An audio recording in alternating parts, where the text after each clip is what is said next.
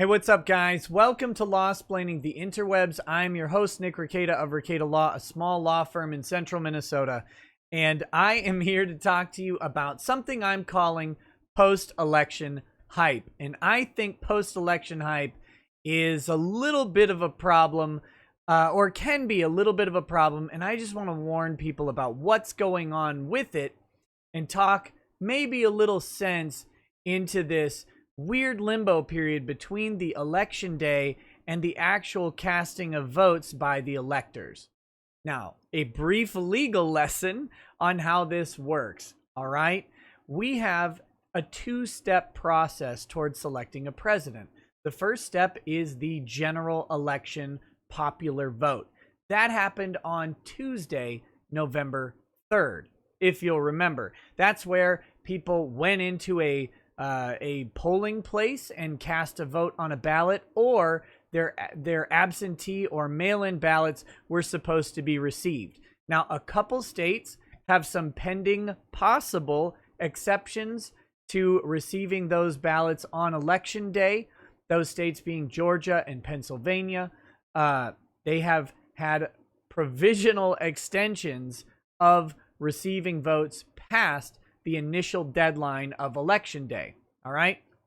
And there's some legal questions around the validity of that. But for now, we're going to have to table that because we don't have actual rulings from the Supreme Court on whether or not that can be done. We just have some initial provisional status that they might be okay. They might not. We actually might resolve this question in the next couple weeks, and we might not. This is part of that post-election hype that I want to caution about. It's the entire focus of this video. But let's get back to the subject that we have at hand, which is how our voting process works. So you go in and cast your ballot, or your absentee or mail-in ballots come in by election day. They are tallied up, they are tabulated, and then what happens is not that the Associated Press or Fox News or MSNBC or anyone else picks a president.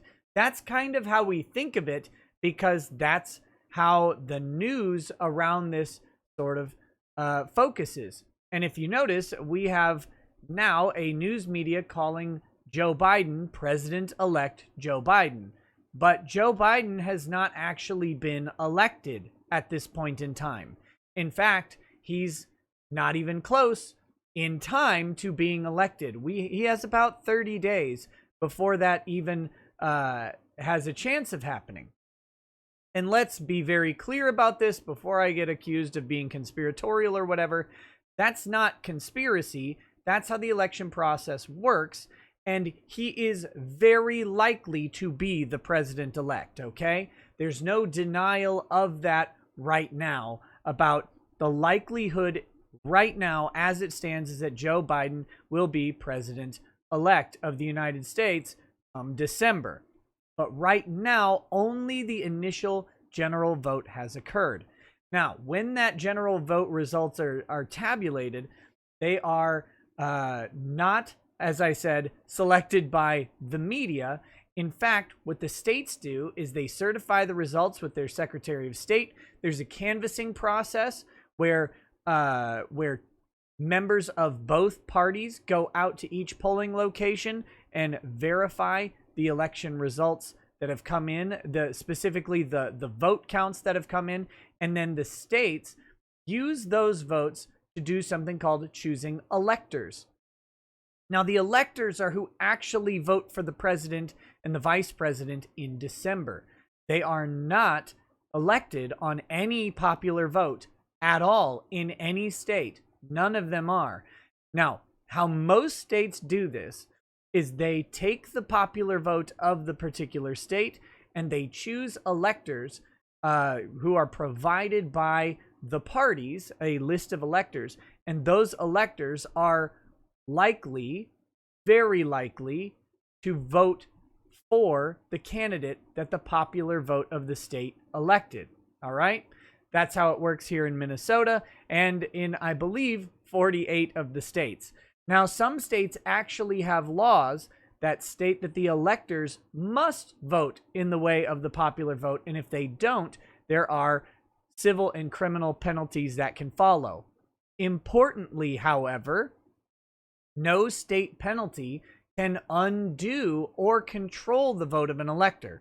So if there is a penalty for casting an elector's vote that goes against the majority vote of the state, for example, that penalty is applied, but the vote is also valid. It is not invalidated by this penalty. This is a constitutional process, and the electors must choose must cast their vote on their own. That's how it works, okay? So typically what you see is that the electors follow the vote. In the overwhelming majority of cases, that's how it works out.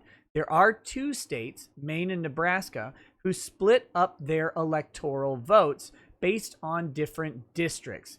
In this case, right now, we have Donald Trump getting 1 electoral vote in Maine, and we have Joe Biden getting 1 electoral vote in Nebraska, with the remaining electoral votes of each of those states going to the other candidate. I believe 3 of them in Maine for Biden and 4 of them in Nebraska for Donald Trump.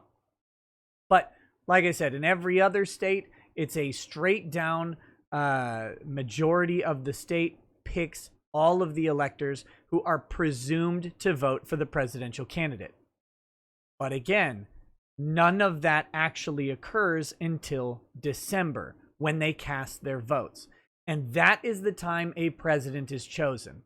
So we are between those 2 points, okay? November, the general polling, and then in December, the electors are picked by the state legislatures, and their vote is turned in to the U.S. legislature for counting and certification, and then the election of the president.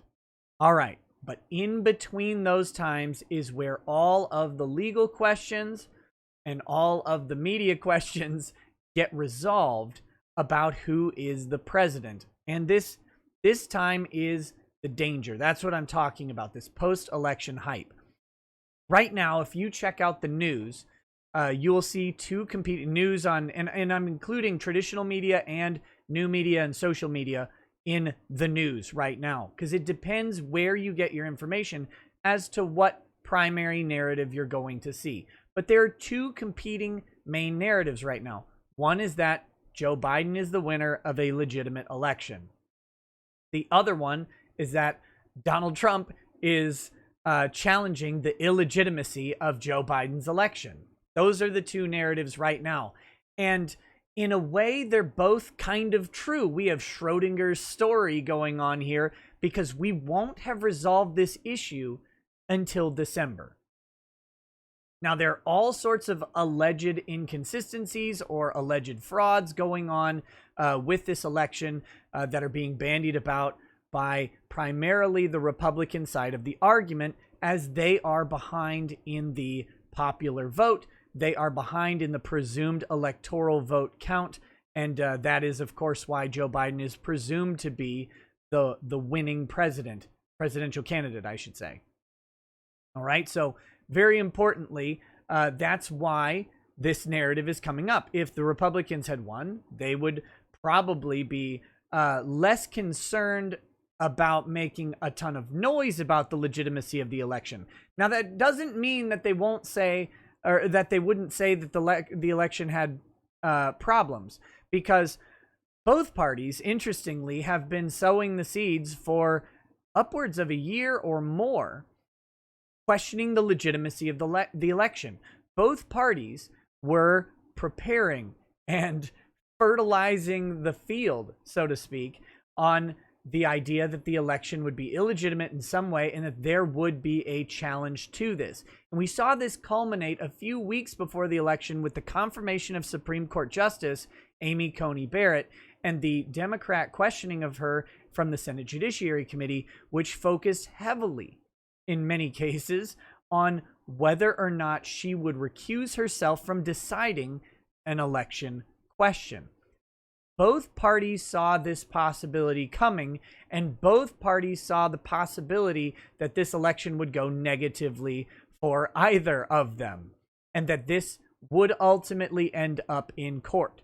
And it very much looks like it will end up in court. However, and this is, we're getting to that conclusion here, what the post-election hype is and why I think it's a little bit dangerous and why I think people should be very cautious about what's going on.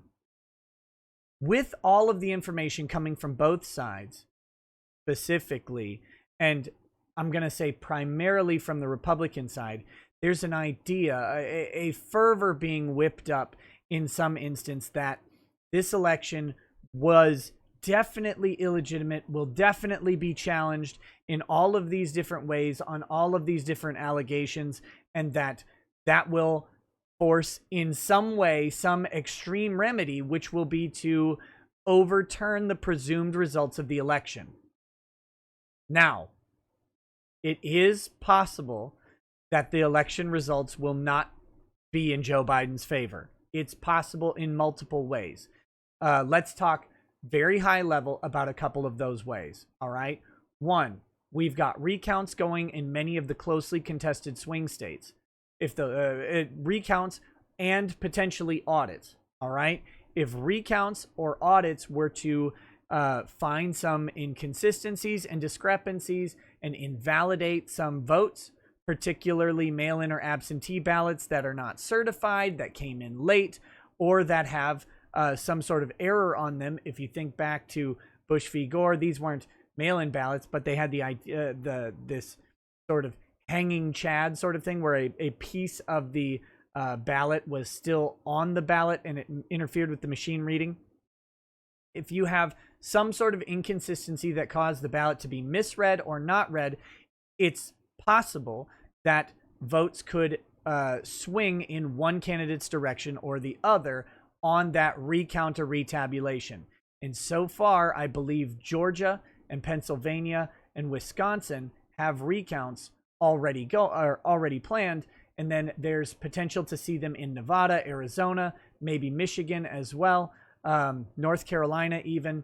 There are numerous places where those recounts may be occurring, and if those occur, the results could change. They are, however, unlikely to change.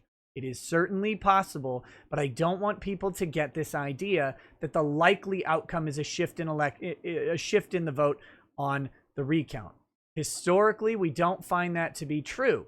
However, this is a slightly different election because we have a large amount of mail-in ballots and an actual unprecedented amount of mail-in and absentee ballots, as well as provisional ballots. A provisional ballot is one in where the person is maybe they go into the election booth and it says, well, you already voted, and they say, that wasn't me. They're issued a provisional ballot, and that ballot is kept aside in some other place. It's segregated out from the rest of the ballots, and then those are decided typically by election judges. There may be some certification involved to make sure who that the votes were done. But we won't know whether those provisional ballots will come into play or not until an audit is done in those states. All right. So it's possible, because of the unprecedented levels of mail-in ballots, provisional ballots, absentee ballots that have come in, that there will be a significant change in the election results on an audit, because we might have many ballots being invalidated that otherwise were not invalidated at the beginning. It's a possibility. I will suggest it is unlikely, but possible. The other main way we may see, we may see a change in the results would be if the Supreme Court intervenes. There are two outstanding cases from the Supreme Court. They can kind of be merged into one, and they involve Pennsylvania and Georgia. Merged into one because the questions surrounding those two cases are very similar.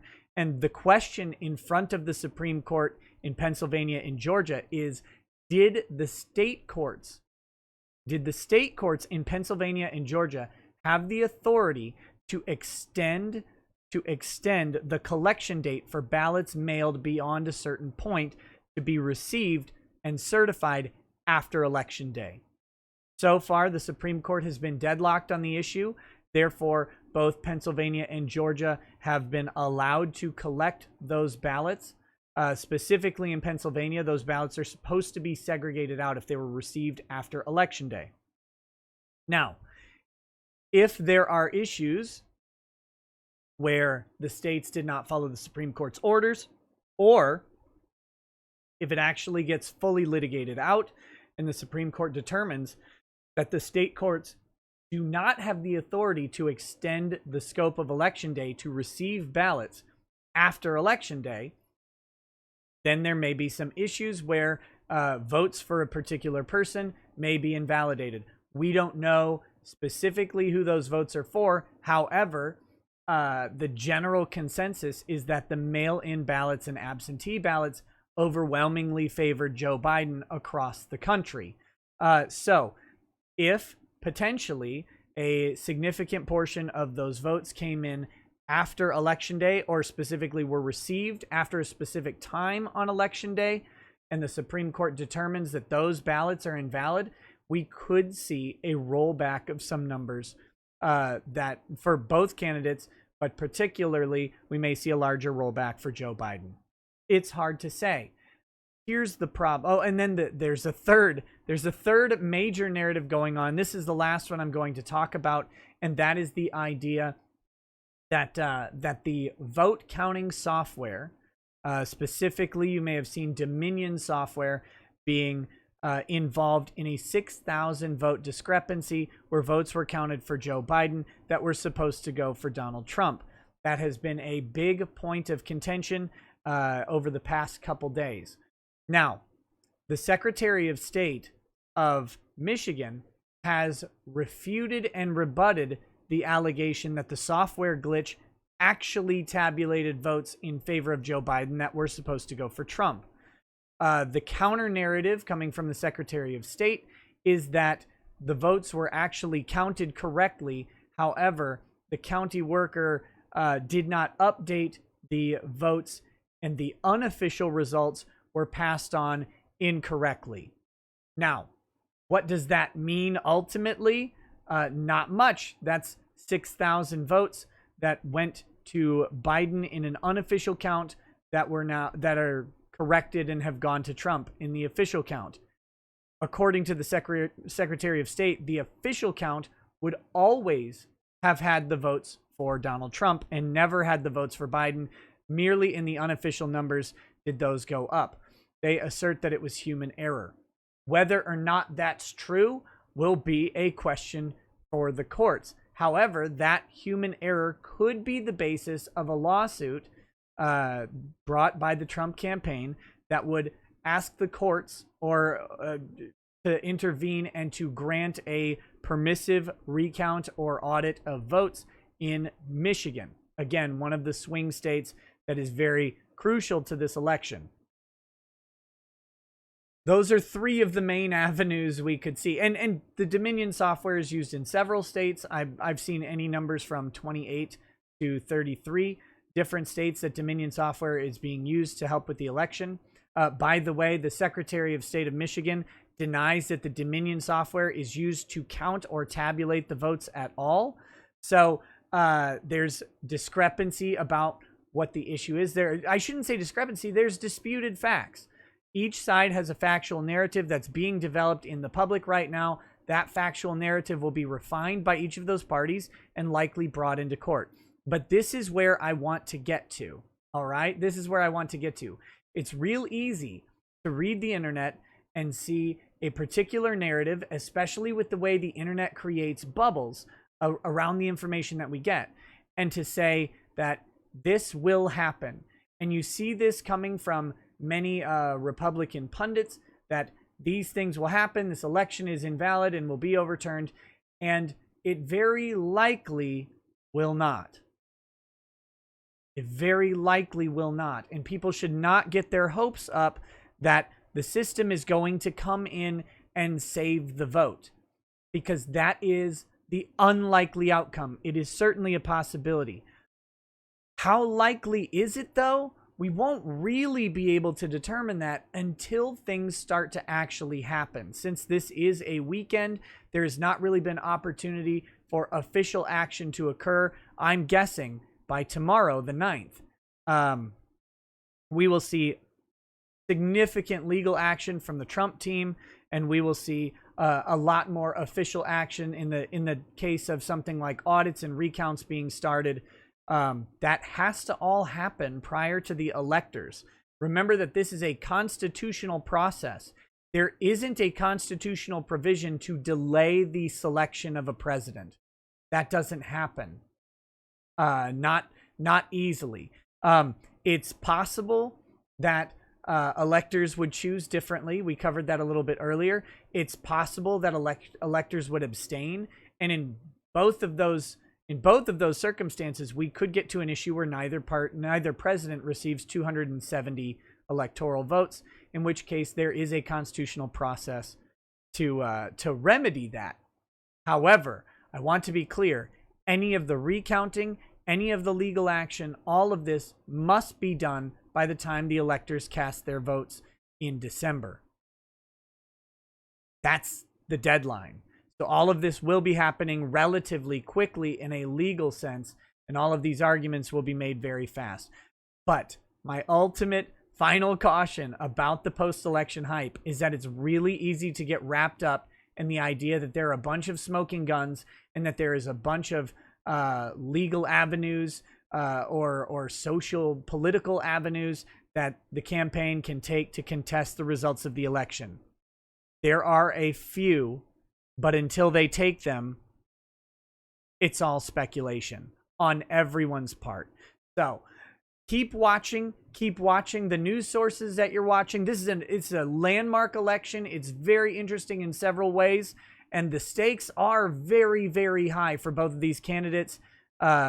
Ultimately, in the swing states that decided this election, it is won by the thinnest of margins, and that leads for a dramatic possible ending. But we have to wait and see what challenges are actually brought before that happens. If you've been watching the Republican Party the way I have over the past couple decades, you may not have too much faith in their willingness to go the distance on this, but ultimately we'll have to see. We'll have to see what they do. We'll have to see what Trump does, and we'll have to see what the counter arguments are, and what, most importantly, on the legal side, what is brought before the court and what counter arguments are brought before the court, and then what the result of that is. It is unlikely, very unlikely, that there will be a re-vote. It is more likely that there will be a recount or an audit. It is possible, but still unlikely, that various precincts could have their votes invalidated. But we're talking about fundamental rights in this question, and we're talking about equal protection of law, and to have a county or a precinct's votes eliminated from consideration has to be done in a very careful manner by the Supreme Court. So that's all I've got for you. This video went way longer than I planned, but I wanted to have an open talk about just where this is, without all the hype, without the conspiracy questions, without the news buzz about the different illegitimate aspects of this election. There may be illegitimate aspects. It may be legitimate. The parties will have to fight it out for us to know the answer. We'll be watching. If you want to see the coverage, you can hit like and subscribe and share and all of that stuff. Spread the word out. We'll have to see what happens. Thanks for watching, guys. I hope you have a good day. Peace. Peace.